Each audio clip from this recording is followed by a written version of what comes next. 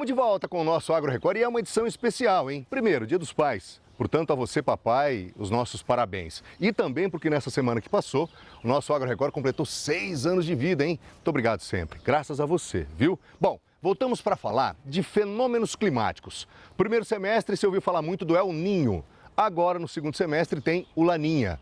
Provoca resfriamento, das águas superficiais do Oceano Pacífico Equatorial e isso acaba afetando temperatura, o clima como um todo, muita chuva, muita estiagem, enfim. Qual é a boa notícia? Tem um produtor rural que vai ensinar como é que faz para se proteger. Veja. Na plantação de hortaliças do Elivan, ele procura se garantir independentemente de como o tempo pode afetar a produtividade. A gente está próximo à rodovia MGC 497, entre Uberlândia e Prata.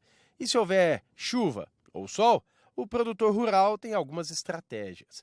Não estranha as bananeiras em meio às hortaliças. A gente está em época de seca e elas garantem sombra e seguram mais a umidade na terra. E bom, daqui a pouco ele pode lucrar com a venda de bananas. Esse sistema aqui a qual eu estou produzindo agora é para essa época de seca.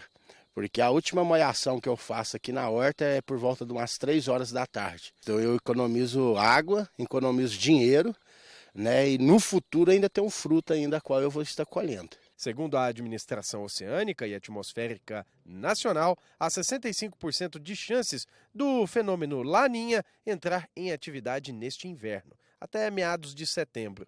O fenômeno que sucede o El Niño tem efeito contrário. Enquanto o El Niño provoca o aumento das temperaturas dos oceanos, o Laninha provoca a queda de mais de 0,5 graus Celsius na temperatura média na porção equatorial do Oceano Pacífico. Nessa temporada, a boa notícia é de chuvas mais brandas. A última saída dos centros climáticos que monitoram essas condições estão apontando para uma probabilidade de ocorrência ali entre o final de agosto e fevereiro, mas não é uma probabilidade tão alta de ocorrência e se vier acontecer de fato, ali novembro e dezembro é quando está chegando na sua intensidade mais forte, mas ainda assim numa condição fraca. Pensando em chuva, olha, está uma condição apontando ali para um cenário próximo do que é da média. É claro, o agosto tem pouca chuva aqui na região, no Triângulo, mas em setembro já começa a chover ali, tem uma frente fria outra que vai chegando, não diminui muito a temperatura, mas ainda tem ali, dos seus 50, 70 milímetros, ocorre aqui na região. O outubro é que começa de fato a engrenar as chuvas na casa dos seus 100, 150 milímetros, que está pegando de fato ali o início do período chuvoso. E de volta à roça, o objetivo do Elivan é manter a produção. 80% do que ele colhe aqui vai para escolas municipais de Uberlândia e ele tem compromisso a ser cumprido. A alface é o principal produto que sai da terra dele e a produção tem que ser de cerca de 6 mil pés por semana. Se daqui a pouco ele vai enfrentar os impactos da Laninha, ele mantém essa outra área sem as bananeiras para evitar, nesse caso, o excesso de água quando as chuvas voltarem. Inclusive, a área plantada na época chuvosa, ela praticamente dobra. Tudo isso que você está vendo aqui, que hoje está só arado, vai ser plantado nos próximos meses. É aquela questão de manter uma área para a época seca, com uma estratégia, e outra área para esse momento em que a chuva cai mais forte. Inclusive, agora mais para o final do ano, isso vai acontecer.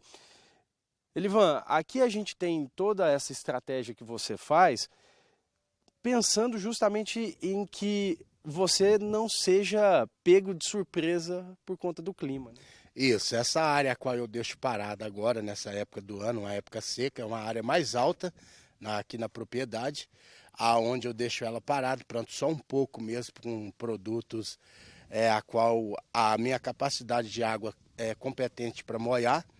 E a outra parte ela fica parada para quando começa o período chuvoso e eu plantar toda ela. Minas Gerais é o segundo maior produtor nacional de hortaliças no Brasil. Segundo a Emater, a área plantada anualmente é de cerca de 122 mil hectares. e a produção está em torno de 3.600.000 toneladas. São aproximadamente 75 mil produtores de hortaliças em Minas, sendo que 70 mil são agricultores familiares, segmento responsável por 42% da produção. A outorga do Elivan permite que ele tire água de um córrego que passa ali na terra dele. Ele tem 2 reservatórios que logo, pelo menos é o que se espera, estarão mais cheios pela redução do uso de água. A economia pode chegar a 50% e a produção se torna mais racional. Para o seu planejamento agrícola, né, pensando em fazer, no caso do horticultor, pensando em várias culturas, né, em mais de 2 a 3 ciclos de culturas durante o ano, ele precisa também ajustar não só o suprimento, né, mas o uso racional da água. Porque no período de laninha, percebe-se que nós vamos enfrentar um problema de seca. Há essa expectativa. Então, nada mais correto também do que fazer o uso racional da água, ofertando para a cultura de acordo com os parâmetros técnicos em função do crescimento, em função do estágio fenológico dessa cultura. Segunda parada do Agro Record, já depois do intervalo. Pensa numa receita tradicionalíssima caipira, mas na essência é a cara do nosso Agro Record. Tem tutua mineira, uma delícia! Voltamos já em um instante só.